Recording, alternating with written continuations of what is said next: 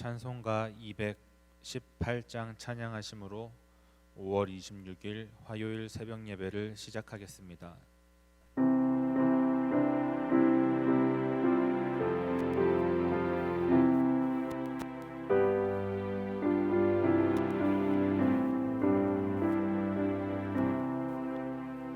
내 맘과 정성을 다하여서 주 너의 하나님을 사랑하라. 내 몸을 아끼고 사랑하듯 형제와 이웃을 사랑하라. 주께서 우리에게 명하시니 그 명령 따라서 살아가리. 널 미워 해치는 원수라도 언제나 너그럽게 사랑하라. 널 핍박하는 자 위에서도 신실한 마음으로 복을 빌라.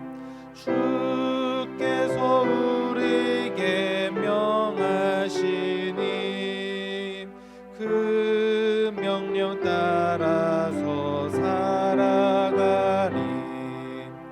나 항상 주님을 멀리하고 형제를 사랑하지 못하였다.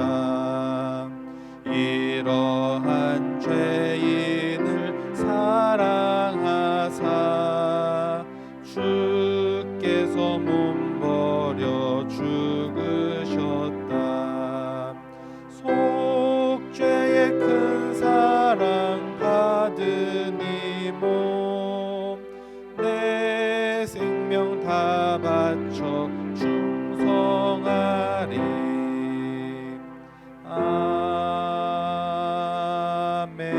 아멘. 사도신경으로 우리의 신앙을 고백하겠습니다. 전능하사 천지를 만드신 하나님 아버지를 내가 믿사오며 그 외아들 우리 주 예수 그리스도를 믿사오니 이는 성령으로 잉태하사 동정녀 마리아에게 나시고 본디오 빌라도에게 고난을 받으사 십자가에 못 박혀 죽으시고 장사한 지 사흘 만에 죽은 자 가운데서 다시 살아나시며 하늘에 오르사 전능하신 하나님 우편에 앉아 계시다가 저리로서 산자와 죽은 자를 심판하러 오시리라. 성령을 믿사오며 거룩한 공회와 성도가 서로 교통하는 것과 죄를 사하여 주시는 것과 몸이 다시 사는 것과 영원히 사는 것을 믿사옵나이다. 아멘. 사랑과 은혜가 풍성하신 하나님, 지난 밤도 저희들을 주님 품 안에서 지켜주셔서 편히 쉬게 하시고 새 힘과 소망을 가지고 새 날을 맞이하게 하시니 감사합니다. 또한 하루의 첫 시간을 주님께 드릴 수 있도록 저희의 마음을 이끌어 주시니 감사합니다. 이 시간 예배 드릴 때 성령의 충만함을 주셔서 오늘 하루를 승리할 수 있는 힘과 능력을 주옵소서. 이 시간 하나님 앞에 간구하는 하나님의 자녀들을 기억하여 주옵소서. 개인적인 문제, 가정의 문제, 사업의 문제, 신앙의 문제로 고민하여 아뢰는 모든 기도에 응답하여 주옵소서. 걱정과 근심이 없게 하시고 기쁨과 소망으로 채워 주옵소서. 오늘 하루 하나님 보시기에 깨끗하고 진실된 삶을 살 수 있게 하옵소서. 예수님의 이름으로 기도드렸습니다. 아멘. 함께 보실 하나님의 말씀은 신명기 24장 8절부터 13절까지의 말씀입니다. 신명기 24장 8절부터 13절까지의 말씀을 봉독하겠습니다. 너는 나병에 대하여 삼가서 레위 사람 제사장들이 너희에게 가르치는 대로 내가 힘써 다 지켜 행하되 너희는 내가 그들에게 명령한 대로 지켜 행하라. 너희는 애굽에서 나오는 길에서 내 하나님 여호와께서 미리암에게 행하신 일을 기억할지니라. 내 이웃에게 무엇을 구워줄 때에 너는 그의 집에 들어가서 전당물을 취하지 말고 너는 밖에 서 있고 내게 꾸는 자가 전당물을 밖으로 가지고 나와서 내게 줄 것이며 그가 가난한 자이면 너는 그의 전당물을 가지고 자지 말고 해질 때에 그 전당물을 반드시 그에게 돌려줄 것이라. 그리하면 그가 그 옷을 입고 자며 너를 위하여 축복하리니 그 일이 내 하나님 여호와 앞에서 내 공의로움이 되리라. 아멘. 새벽에 계속 나누고 있는 신명기 본문은 하나님의 자녀들이 지켜야 될 각종 율법에 대한 세부 조항들의 내용입니다. 그 중에서도 오늘 함께 볼 말씀은 바로 약자에 대한 보호 규례를 말하고 있습니다. 우리는 이 본문을 통해서 하나님께서 얼마나 약자들에게 많은 관심과 사랑을 가지고 계신지 알 수 있습니다. 그리고 우리로 하여금 약자에 대한 깊은 관심과 애정을 가지고 돌보아야 할 것을 권면하고 있습니다. 그리고 한없이 작은 약자인 우리는 하나님의 자비와 긍휼하심을 힘입어 살아가고 있음을 깨달아야 합니다.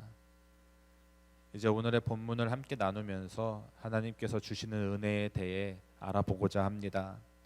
8절 9절을 보면 이스라엘 백성들에게 문둥병에 대한 규례를 철저히 지키라고 말씀하시면서 하나님께서 예전에 미리암에게 행하셨던 일을 기억하라고 하셨습니다. 미리암은 모세의 친누나였으며 선지자였습니다. 그런 미리암이 문둥병에 걸렸습니다. 이스라엘의 지도자였던 모세의 누나였고 큰 역할을 감당하고 있던 미리암이었지만 하나님께서는 예외 없이 7일 동안 진 밖에서 머무르라고 말씀하셨습니다. 이것은 하나님의 규례는 모든 사람에게 차별 없이 지키게 해야 한다는 것을 의미합니다. 하나님의 법은 누구에게나 차별 없이 적용됩니다. 아무리 많은 재산과 권력과 능력이 있다 하더라도 아니면 하나님의 사랑을 많이 받는 자라 할지라도 하나님의 법 앞에서는 결코 차별이 있을 수 없습니다. 왜냐하면 하나님은 공평하신 분이시기 때문입니다. 욥기 34장 19절을 우리말 성경으로 읽어드리겠습니다. 그분은 통치자라고 편을 들어주지 않으시고 부자라고 해서 가난한 사람보다 더 생각해 주지 않으십니다. 그들 모두가 그분의 손으로 지으신 것들이니 말입니다. 하나님의 법은 누구에게나 차별 없이 적용됩니다. 하나님께서 공평하심은 하나님의 공평하심은 예수 그리스도를 통해서 알 수 있습니다. 하나님께서는 모든 인간들에게 누구든지 예수 그리스도를 구세주로 믿고 영접하면 하나님의 자녀가 되는 권세를 주셨습니다. 만일 하나님께서 공평하신 분이 아니셨다면 예수 그리스도를 십자가에서 죽게 하지 않으셨을 것입니다. 우리 모두는 하나님께서 공평하게 우리를 사랑하신다는 것을 믿습니다. 그런데 하나님께서 나를 사랑하신다는 그 사실 때문에 우리는 마음을 놓아서는 안 됩니다. 만약 우리가 하나님의 법을 두려워하지 않고 범죄하게 된다면 우리가 비록 하나님의 사랑을 받는 자들이라도 하나님의 징계를 피할 수는 없습니다. 우리는 하나님의 공평함을 아는 자들로서 하나님의 법을 힘써 지켜야 함을 기억하시기 바랍니다. 또 13절을 보면 채무자에게서 전당을 잡은 옷을 해가 지기 전에 돌려주어서 그 채무자로 그 옷을 입고 자게 한다면 그것이 하나님 앞에서 의로움이 될 것이라고 말하고 있습니다. 이것은 전당물을 가져감으로 물질의 손해를 충당하기보다 오히려 그 물질로 자비와 긍휼을 베품으로써 하나님 앞에서 의로운 자가 되라는 것입니다. 많은 물질을 쌓기 위해 노력하는 것보다 가지고 있는 물질, 그것이 얼마가 되었든 간에 가지고 있는 물질로 자비와 긍휼을 베품으로 하나님 앞에서 의로운 자가 되는 것이 지혜로운 것이며 진정으로 부유하게 되는 것입니다. 물론 물질을 쌓는 일보다 하나님 앞에 의롭게 사용하는 일에 힘쓰다 보면 손해를 보는 것 같고 그로 인해 내 상황이 나빠지게 되는 것은 아닐까 걱정이 되기도 합니다. 그러나 내가 가지고 있는 물질을 통해 하나님 앞에 의를 행할수록 하나님께서는 그 사랑과 헌신을 반드시 기억하시고 우리를 더욱 사랑해 주셔서 우리에게 많은 은혜와 복을 더하여 주실 것입니다. 이 땅에서 더욱 부유하게 되고 천국에서도 영원히 풍요로운 삶을 누리게 될 것입니다. 그런데 오늘날 우리의 모습은 어떻습니까? 우리는 나눠주기를 좋아하며 물질을 의롭게 사용하여 하나님 앞에 의로운 자가 되기 위해 노력하고 있습니까? 아니면 어떻게든 하나라도 더 쌓기 위해 노력하고 있습니까? 그러나 우리가 오해하지 말아야 할 것은 하나님 앞에 물질로 의로움을 나타내는 것이 물질의 양을 이야기하는 것은 아닙니다. 하나님께서 우리에게 원하시는 것은 아주 적은 양의 물질일지라도 이웃을 사랑하는 또 긍휼히 여기는 마음을 원하시는 것을 기억하시기 바랍니다. 마태복음 6장 19절 20절에 이렇게 기록되어 있습니다. 너희를 위하여 보물을 땅에 쌓아두지 말라.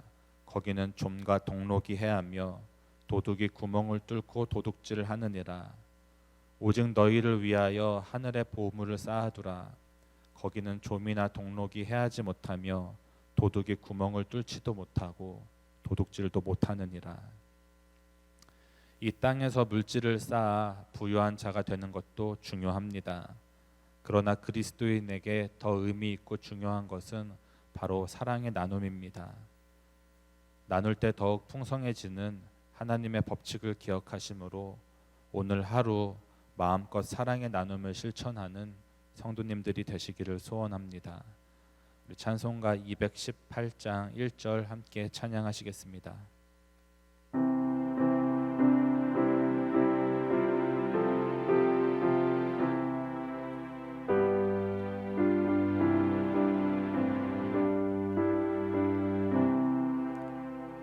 내 맘과 정성을 다하여서 주 너의 하나님을 사랑하라. 내 몸을 아끼고 사랑하듯 형제와 이웃을 사랑하라. 주께서 우리에게 명하시니 그 명령 따라서 살아가리. 거룩하신 주의 이름 3번 부르짖고 함께 기도합니다. 주여, 주여, 주여.